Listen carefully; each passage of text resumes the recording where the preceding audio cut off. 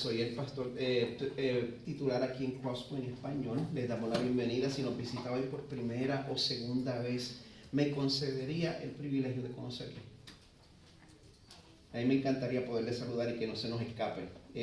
Y también queremos darle la bienvenida a los que nos están sintonizando a través de Facebook Live. Eso sí, yo espero que su sintonía en este momento sea, bueno, porque está de vacaciones, o porque está enfermo en la casa, o porque vive en Europa. Y no porque esté viendo este video como un reemplazo para pertenecer y participar en la iglesia local que el Señor tiene para usted en su comunidad. Porque como vamos a ver hoy, la iglesia local es el plan de Dios. Es el plan A y no hay ningún otro plan. Es precisamente en el contexto de la iglesia local que nosotros vemos el cumplimiento de lo que Jesús encarga a los discípulos. Si ustedes recuerdan el domingo pasado, saben que antes de que Jesús ascendiera al cielo en Hechos 1, Jesús promete que iba a capacitar a sus seguidores para cumplir la misión más importante y más difícil de la historia.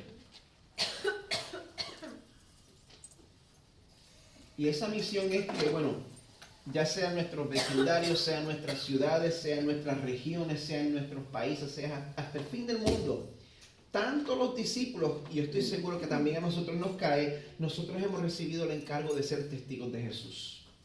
Ese es el nombre de la serie de prédicas que comenzamos el domingo pasado. Y mi oración es que mientras la Biblia refresca nuestras memorias en cuanto a esa misión de importancia eterna a la cual nosotros tenemos el privilegio de pertenecer, que Dios entonces restaure en nosotros una visión que nos dé disposición a trabajar juntos. Confiando completamente en que el éxito de esa misión está garantizado. El éxito de esa misión que el Señor nos ha puesto está garantizado por el mismo Dios que tiene poder sobre toda su creación.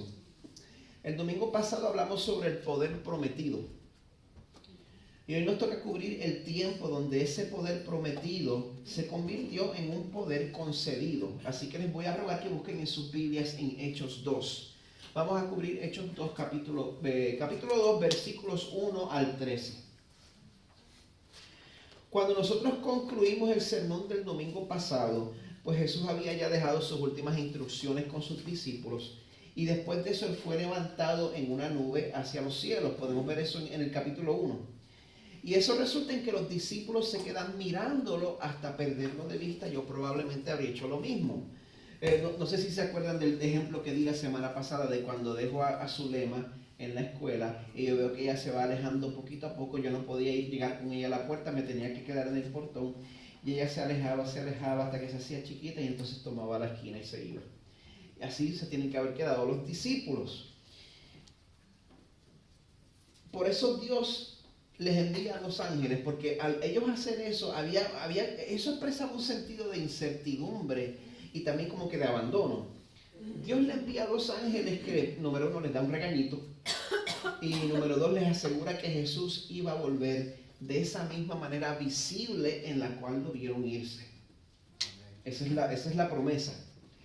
El resto del capítulo 1 que no cubrimos el domingo pasado, pues nos muestra que los discípulos reaccionaron a esta exhortación correctamente. Recibieron el regaño y gracias al Señor, pues ellos modificaron su conducta porque hicieron lo correcto. Ellos, número 1, se ocuparon en encontrar un discípulo que sustituyera a Judas, que se acababa de suicidar. Encontraron a su sustituto Matías.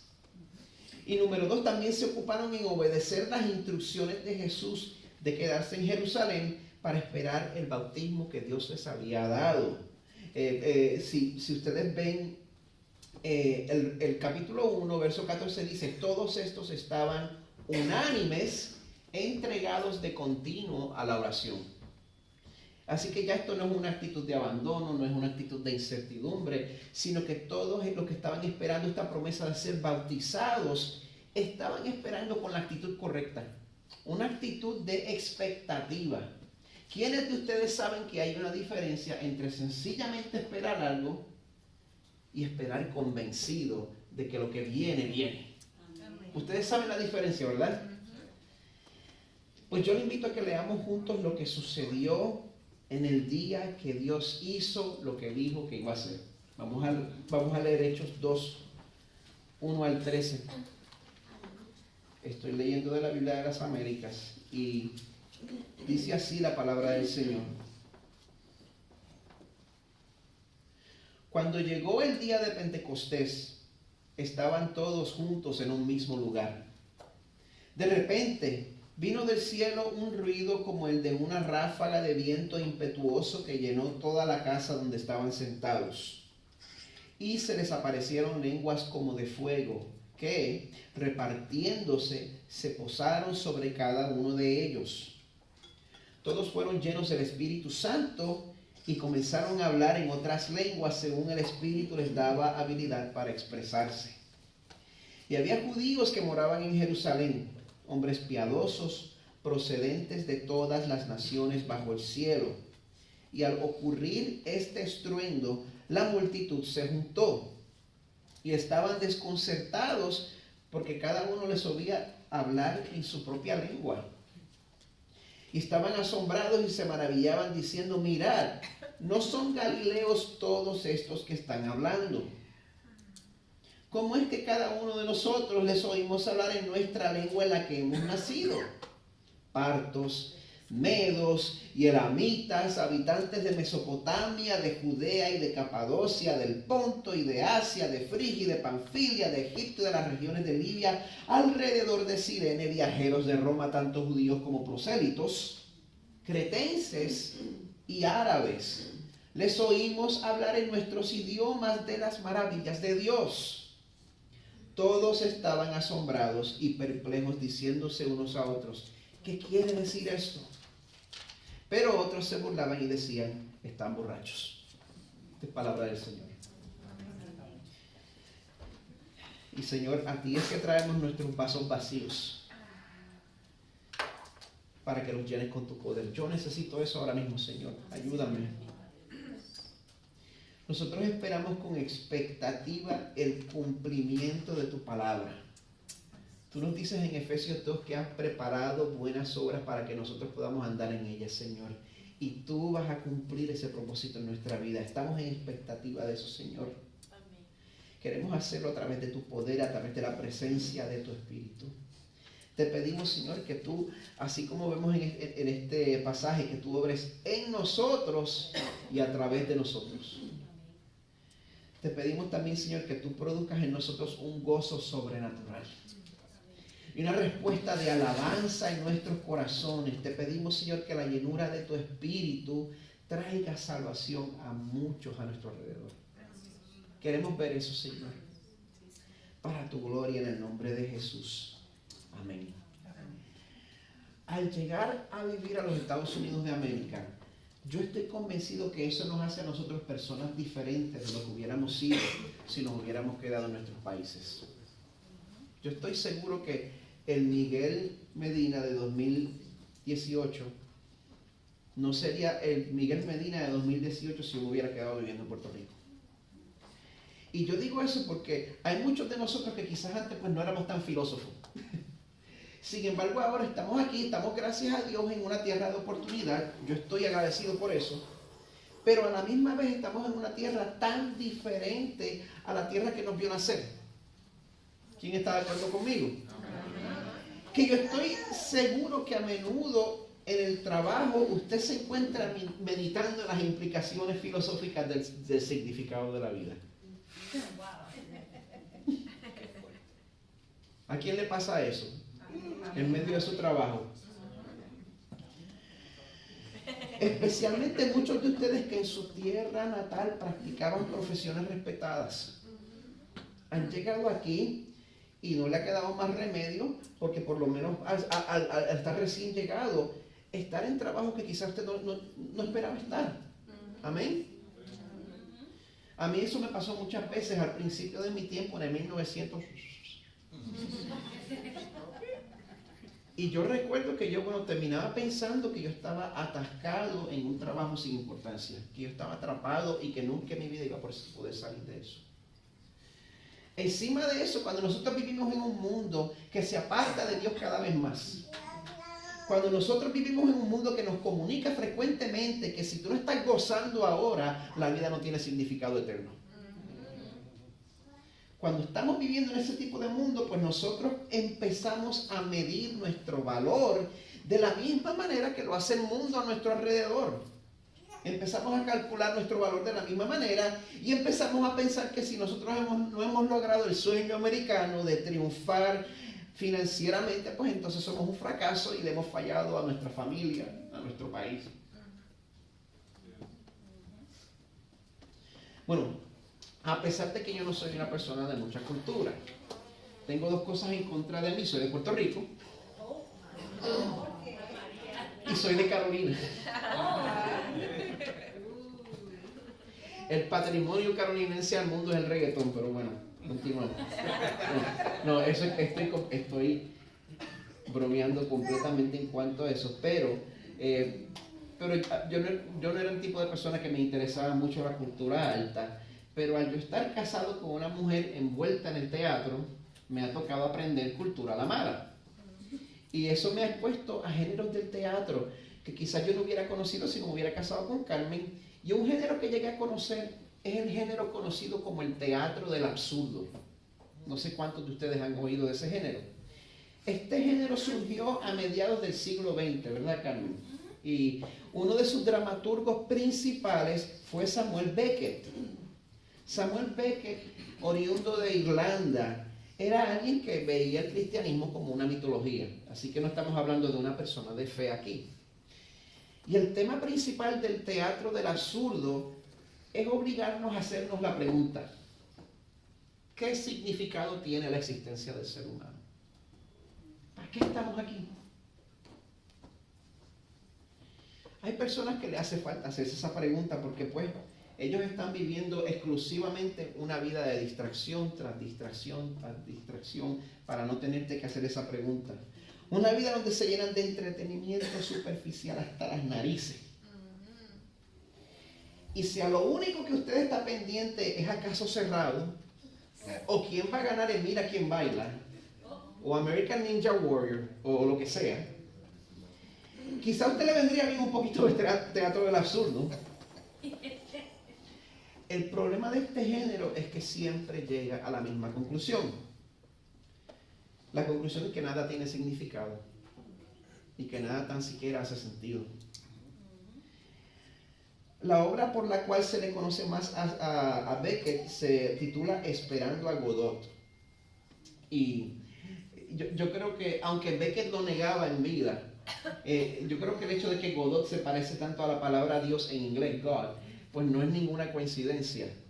En esta obra, los dos personajes principales llamados Vladimir y Estragón, ellos llegan a un sitio donde hay un árbol seco. Muchos dicen que simboliza un madero. Llegan a un sitio donde hay un árbol seco, llegan allí a esperar a un cierto Godot. Y con la llegada de Godot, pues ellos esperaban tener cierto significado y dirección. A lo largo de este drama, en 2 actos, pues llegan otros personajes, como pueden ver en la pantalla. No les voy a dar muchos detalles porque lo que distingue el teatro del absurdo es que muy a propósito, el drama no tiene nada significativo que suceda. No hay, el diálogo no hace sentido. Uno le dice una cosa al otro y lo que el otro le responde no tiene nada que ver con lo que le preguntó. Y las cosas no tienen explicación. Es altamente repetitivo. Y pues todo eso está puesto ahí a propósito para enfrentarte y hacerte sentir que la vida humana no tiene significado. Al final del primer acto llega un niño diciéndole: Godot no va a llegar hoy, pero de seguro llega mañana. Pues al final de la obra, a pesar de que había anunciado que Godot llegaría, Godot nunca llega. Y Vladimir y Estragón deciden irse, pero nunca se mueven.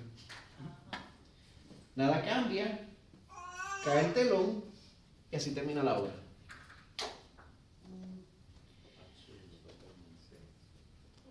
Usted ve esto y te dice: eso está medio raro.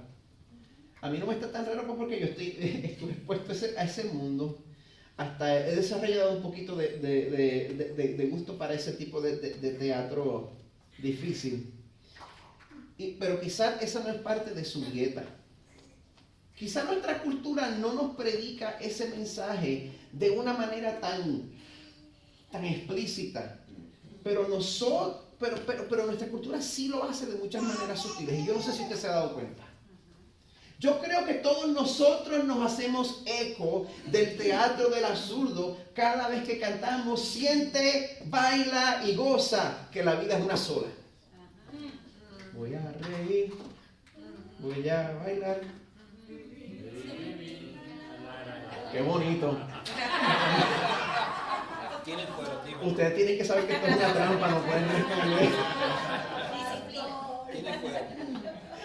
Yo te lo digo después, tengo la lista ahí.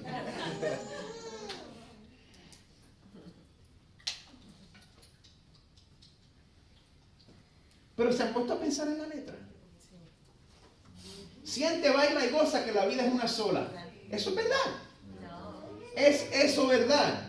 Si la vida es solamente todos los gustos que nos damos aquí y ahora, si lo que nosotros hacemos no tiene impacto en la eternidad, pues deje de perder el tiempo aquí. El día está bonito.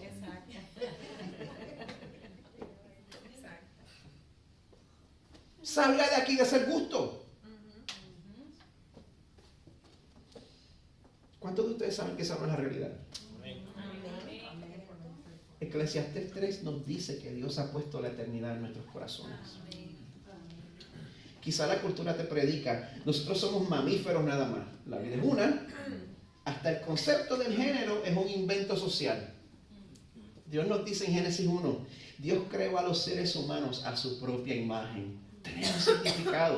Llevamos la imagen de Dios. A la imagen de Dios los creó. Hombre y mujer los creó. Quizá la cultura nos predica que nosotros no somos más que parte de una manada.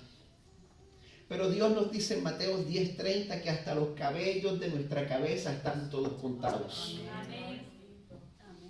Quizá la cultura nos predica: todos nos vamos a morir, así que aprovechate ahora, un gustazo por un trancazo. Eso no está en la Biblia.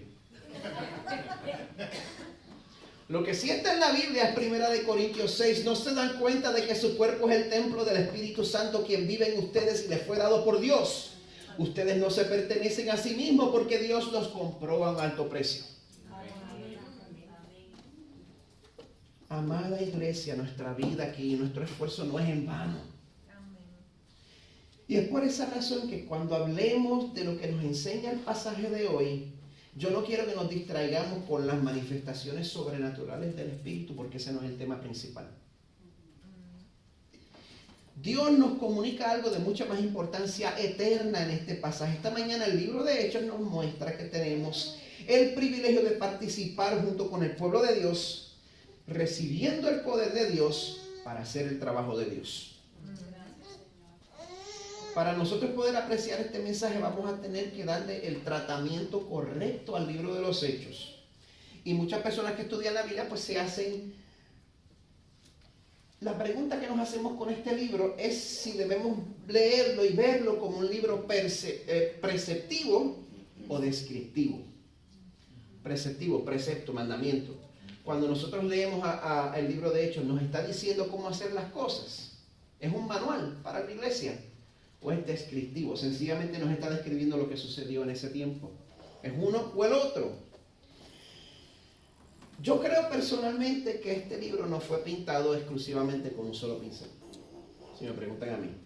Yo creo que hay partes que sí son preceptivas. Yo creo que es buenísima idea para todos nosotros obedecer a Dios y esperar las promesas de Dios en ruego, unánimes en oración. Yo creo que esa es una idea tremenda para todos nosotros, que cuando yo digo tenemos oración en casa de Diego, que el sitio no quepa la gente allí. ¿Verdad? Pero hay partes que yo creo que solo son descriptivas y tienen que ver con cómo Dios estaba tratando con la iglesia en ese momento en específico. Si usted lee el resto del capítulo 1, ve que la persona que reemplazó a Judas, Matías, básicamente fue escogido a través de echar suerte. Yo les puedo garantizar a ustedes que así no fue como yo escogí a los líderes del grupo de estudio de aplicación. No fue así. Yo creo que eso no es preceptivo para nosotros. Siempre lo más saludable es que primero veamos el pasaje en su propio contexto. y que nosotros indaguemos el significado original para el público a quien se le escribe el libro. ¿Quién lo escribió? Lucas. ¿A qué iglesia se lo escribió? Muy bien. No se lo escribió a ninguna iglesia, se lo escribió a un destinatario particular, a Teófilo. ¿Qué le quería comunicar Lucas a Teófilo? Aquí es la pregunta correcta. Después de eso investigamos qué es lo que significa para nosotros. Así que vamos a comenzar con la pregunta básica. ¿Qué pasó el día de Pentecostés? Es un momento especial porque Dios estaba marcando el nacimiento de la iglesia, de la iglesia cristiana de una manera sobrenatural. Así que les invito a ver conmigo cómo el poder del Espíritu desciende sobre el pueblo de Dios en este día tan especial. Verso 1. Cuando llegó el día de Pentecostés, estaban todos juntos en un mismo lugar. No se me asusten cuando digo Pentecostés. Una vez más, tenemos los tradicionales asustándose y los pentecostales entusiasmándose. No se preocupen. Pentecostés sencillamente significa quincuagésimo. Quincuagésimo, número 50. En su soberanía Dios orquesta que este evento tome lugar el día de Pentecostés. Pentecostés sucedía 50 días después de la Pascua. Y esto es un festival originalmente judío. Uno de los 3 festivales anuales que tenían como requisito hacer un peregrinaje a Jerusalén.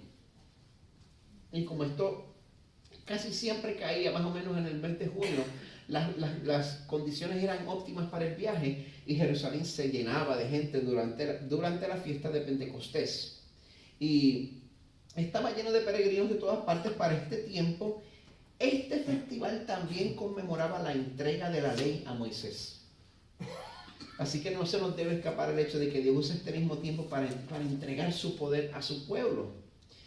Pero Pentecostés también era un festival de cosecha. Y eso fue exactamente lo que pasó en este día. Como van a ver en las próximas semanas, ese día hubo una cosecha de unas 3,000 almas que recibieron a Jesús como Salvador. Precisamente durante ese festival de Pentecostés, sobre un pueblo que estaba siendo obediente a las instrucciones de Jesús, es que sucede lo siguiente, verso 2.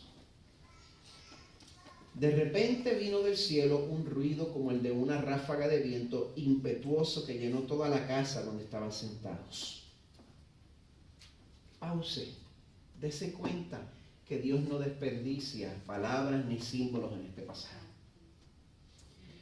El elemento del viento simboliza el Espíritu de Dios aún desde el Antiguo Testamento. Ezequiel 37, quizá usted conoce la profecía sobre el valle de los huesos secos.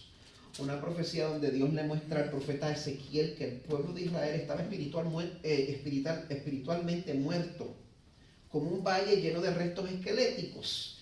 Y sin embargo Dios ordena a Ezequiel que profetice sobre esos huesos. Ezequiel ve en su visión que Dios primero pone carne y después trae vida nueva sobre los cuerpos que había formado. Ezequiel 37:9. Esto dice el Señor soberano: ven, oh aliento, ven de los 4 vientos y sopla en estos cuerpos muertos para que vuelvan a vivir. Esa palabra en hebreo, aliento, ruach, y hay que hacer a lo último, no estoy exagerando. Ese viento que trae vida sobre un cuerpo muerto es el mismo viento que estremece la casa donde se encontraba este grupo. Como vemos, el viento no es el único elemento al cual se hace referencia. Verso 3. Y se les aparecieron lenguas como de fuego que, repartiéndose, se posaron sobre cada uno de ellos. Desde los tiempos de Moisés, ya sea a través de la zarza ardiente o la columna de fuego que dirigía al pueblo, el fuego siempre ha sido símbolo de la presencia de Dios. Y aquí podemos notar 2 cosas. A través de la presencia del fuego se cumple la palabra profetizada por Juan el Bautista en Mateo 3:11. Yo a la verdad os bautizo con agua para arrepentimiento, pero el que viene detrás de mí es más poderoso que yo, a quien no soy digno de quitarle las sandalias. Él os bautizará con el Espíritu Santo y con fuego.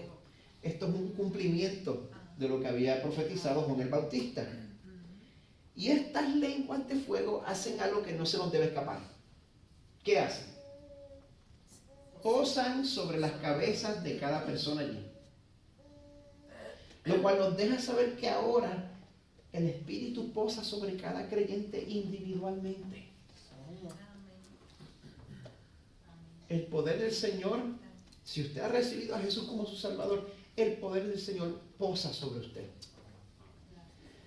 Bueno, hasta ahora no tengo un rasguño, pero es en este próximo verso que las cosas se ponen peligrosas. Así que aquí vamos. Verso 4. Todos fueron llenos del Espíritu Santo y comenzaron a hablar en otras lenguas según el Espíritu les daba habilidad para expresarse. Y hasta el próximo domingo. No. Bueno, yo quiero que no nos distraigamos mucho con esta sección, pero yo creo que el primero que se está distrayendo soy yo. En el libro de los Hechos vamos a presenciar cosas que suceden y algunas cosas están ahí para que veamos cómo Dios en su poder efectúa la iglesia cristiana. Sucesos descriptivos.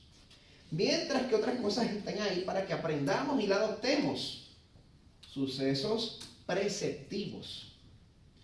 Ustedes saben que yo creo que los dones del Espíritu Santo continúan en este tiempo. Así que yo lo estoy diciendo desde esa perspectiva. Pero yo también creo que aquí estamos presenciando un suceso descriptivo. La mano de Dios se está moviendo de una manera inusual en una ocasión selecta. Estas lenguas de fuego de aquí no son las mismas lenguas que nosotros vemos en 1 Corintios 14. Es mi opinión. No son un lenguaje privado en oración del creyente hacia Dios. Ni tampoco es el tipo de lengua que necesita una interpretación para la congregación. Ni tampoco es lo que vemos en Romanos 8:26 que dice que el Espíritu intercede con nosotros con gemidos indecibles. No creo que se refiera a eso, sino que estamos viendo que el Espíritu Santo se manifiesta de manera de que cada persona que oía a los discípulos, sin importar de dónde viniera, les oía hablar en su lengua nativa. ¿Cómo puedo estar seguro de eso? Gracias por preguntar. Número 1, porque la palabra en el original griego que se traduce como lengua en este versículo es glosa, lenguaje. Y número 2, porque eso es lo que el texto nos está diciendo si seguimos leyendo. Así que vamos a volver al texto, vamos a continuar considerando cómo es que el poder del Espíritu domina tanto a los que hablaban como a los que oían. Verso 5. Había judíos que moraban en Jerusalén, hombres piadosos procedentes de todas las naciones bajo el cielo. Pues esas eran las personas que estaban allí a causa del peregrinaje del festival de Pentecostés. Y cuando esos peregrinos presencian lo que está ocurriendo, cuando ven lo que está pasando, cuando ven que el fuego de Jesús no solo arde en los corazones de estas personas, sino que arden también en sus bocas, y ellos se desparraman, se derraman en alabanza al Señor, entonces estos peregrinos reaccionan como vemos en el verso 6. Al ocurrir este estruendo, la multitud se juntó y estaban desconcertados, porque cada uno los oía hablar en su propia lengua. Esta manifestación particular del don de lengua, pues, no importaba de dónde viniera el peregrino, cada uno oía que estaban predicando sobre Jesús en su propio lenguaje. Verso 7. Estaban asombrados y se maravillaban, diciendo: mirad, ¿no son galileos todos estos que están hablando? Aparentemente los galileos tenían un acento medio chistoso y medio cómico cuando trataban de hablar como otros lenguajes. Pero esta manifestación es tan obvia y tan claramente sobrenatural que es como un latino que acaba de llegar a los Estados Unidos y le está dando trabajo a aprender inglés. No le sale el TH. No te puede decir thank you, dice thank you. Entonces el Espíritu viene sobre esa persona y empieza a hablar un inglés de Inglaterra, de Shakespeare. Eso es lo que estamos viendo aquí. Eso es lo que estamos viendo. Cuando vemos esto, nos tenemos que preguntar, ¿qué nos dice este pasaje sobre el poder del Espíritu?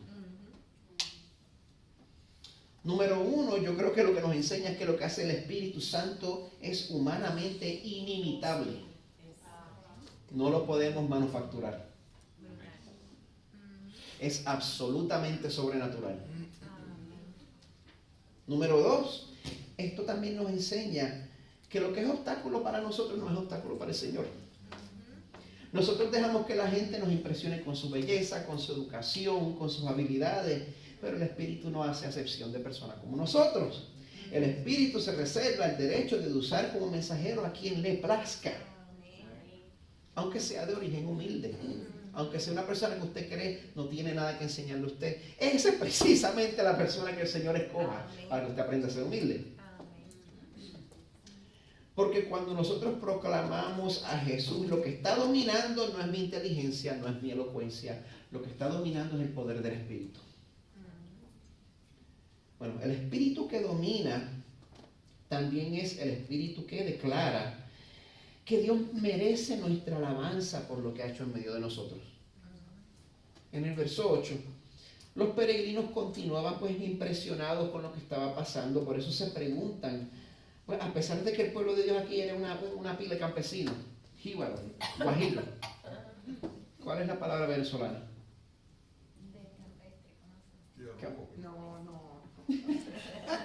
No la voy a repetir.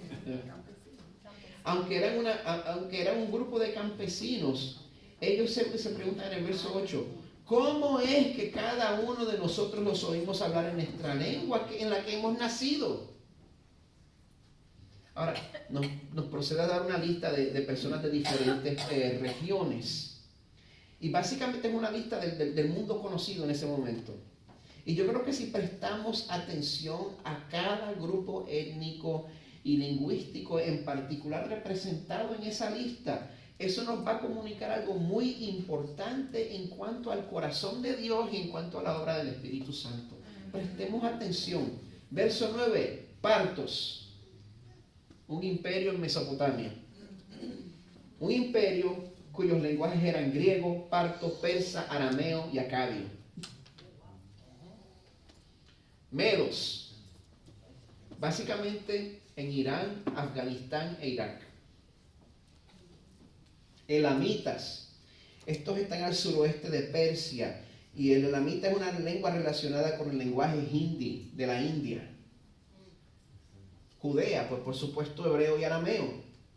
Capadocia, ya estamos en Turquía, Turquía central. Ponto, Turquía, al norte.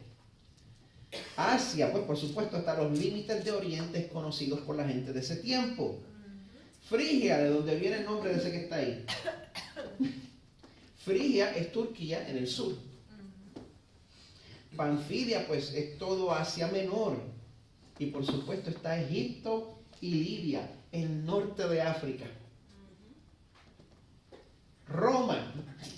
Roma es el imperio entero, que para entonces se extendía desde Inglaterra. Primer siglo. Desde Inglaterra, bajaba la península ibérica, Francia. No me voy a tratar. Vamos a decir que baja... baja hasta Italia, lo vemos Asia Menor, Grecia, Palestina, Mesopotamia, todo el norte de África. Y para cerrar en broche de oro, en el verso 11, cretenses. Y me interesa mucho que haya mencionado a los cretenses, porque en Tito 1:12 dice que los mismos cretenses dicen que ellos eran mentirosos, animales crueles y glotones perezosos. El Señor les está hablando a ellos personalmente. Y por supuesto los árabes, a quien todo el mundo ahora tiene terror. ¿Qué tienen todos estos pueblos en común? Que decía al final del verso 11, les oímos hablar, les oían declarar en sus idiomas las maravillas de Dios. ¿Qué nos quiere comunicar Lucas aquí? Bueno, número uno, que el Espíritu Santo está aquí para declarar las maravillas de Dios. El Espíritu Santo no está aquí para exaltar a nadie. El Espíritu Santo no está aquí para destacar a ningún ministro de ninguna manera. El Espíritu Santo está aquí para destacar las maravillas de Dios a través de Jesucristo. Amén. Número 2. El Evangelio es para todas las naciones sin distinción. Yo digo eso y todo el mundo está de acuerdo conmigo. Y todos están de acuerdo conmigo con que tenemos que predicarles a todos. Pero yo quiero que sepa que usted nunca le va a predicar a personas de razas que usted le teme, que usted odia, que usted desprecia. Y sí nos aplica a los hispanos. Si hay personas cuya raza usted se siente superior de alguna manera, usted no le va a predicar el Evangelio efectivamente. Le pregunto, ¿hay alguna raza, hay alguna nacionalidad con la cual usted tiene esa lucha? ¿Hay personas de alguna raza o nacionalidad que usted cree que están arruinando su país? Yo solo puedo hablar por los puertorriqueños. Y yo sé que los puertorriqueños han tratado a los dominicanos de esa manera.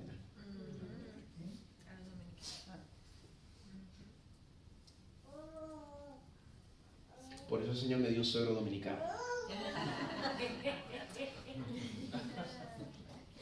Por eso le pregunto, ¿qué nacionalidad, qué raza le aplica a usted?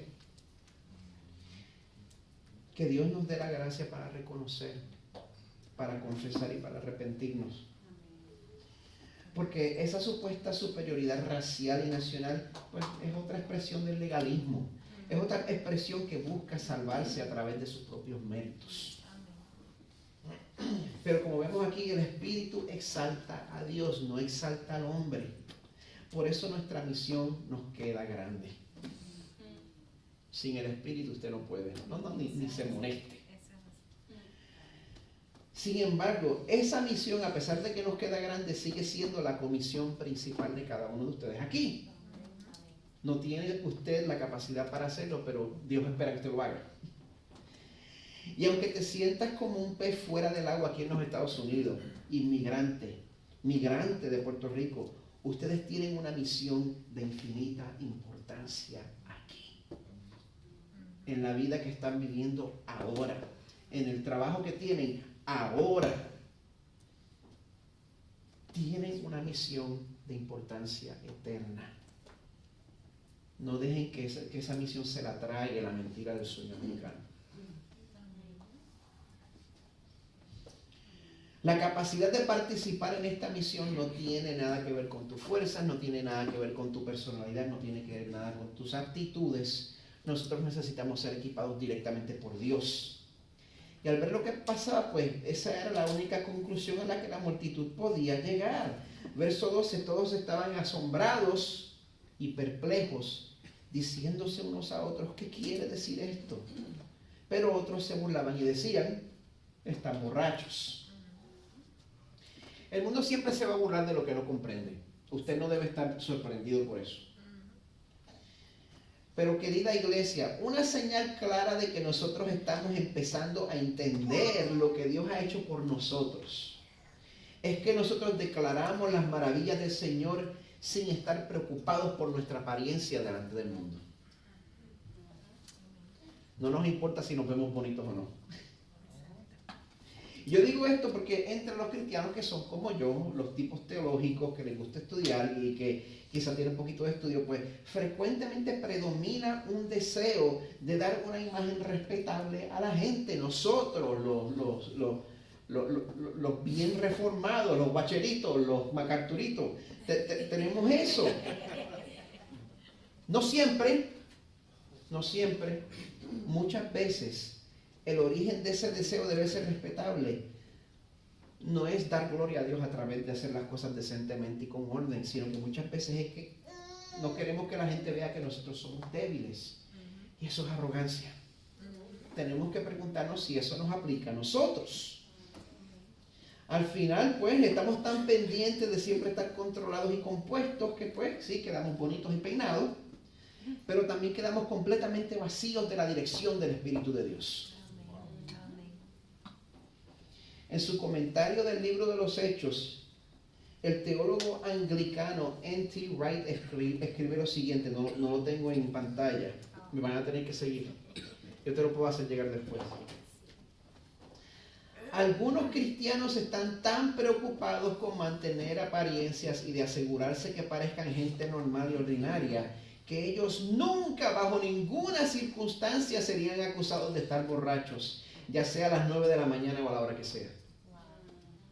Parte del reto de este pasaje es la pregunta: ¿tienen nuestras iglesias hoy en día la suficiente energía y vida impulsada por el Espíritu para lograr que los espectadores hagan algún tipo de comentario?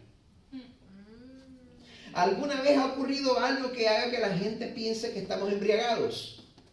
Si no, ¿es simplemente porque el Espíritu está obrando de otras maneras? ¿Es posible? ¿O es porque hemos tenido tanto éxito apagando el Espíritu que en verdad no está pasando nada? Hay que hacerse la pregunta. Querida iglesia, si nosotros criticamos y nos burlamos mucho de nuestros hermanos pentecostales, yo quiero que sea primero que nosotros tenemos un Dios que resiste al soberbio y da gracia al humilde. Amén. Y esto me lo estoy robando de un mensaje que di hace un año, pero quiero que sepa que cuando una persona empieza a darse cuenta de que su corazón es corrupto, de verdad se da cuenta de eso, el Señor te muestra la profundidad de la corrupción de tu corazón. Cuando te das cuenta del castigo que mereces de parte de un Dios santo y perfecto, y cuando te das cuenta del sufrimiento y de la tortura que pasó Jesús para pagar ese precio. Jesús, hermoso, precioso Jesús, perfecto, sin pecado. El hecho de que ya no hay condenación para los que están en Cristo Jesús. Si nosotros vemos eso por la actitud de nuestro corazón, no va a ser cantar himnos del siglo XVIII como si nos estuvieran obligando. Amén. Sino que, bueno, no nos va a importar estar hasta remolineando. Y vamos a decir, por causa de Él, yo me haré más vil. Así que vamos a cantar, no.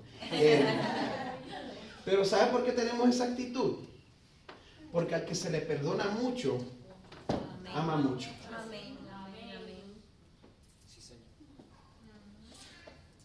Y al que se le perdona mucho también también se presenta delante de Dios sabiendo que no tiene nada que ofrecer. Por eso, si tú estás aquí y tu relación con Dios todavía es distante, si no has recibido a Jesús como tu Salvador, como tu líder, Dios te llama a que te acerques a Él hoy reconociendo tu posición de necesidad. ¿Percibes ese llamado? Responde hoy. No esperes. Si ya eres creyente, Dios te sigue exigiendo que te acerques a Él con la misma actitud de necesidad y de humildad. Ya que el vaso que es lleno del Espíritu es el vaso que llega vacío delante del Señor. En su comentario del libro de Hechos que se titula La Iglesia Ardiente, el autor R. Kent Hughes escribe lo siguiente, y ese sí lo tengo en pantalla. Y es una cita larga.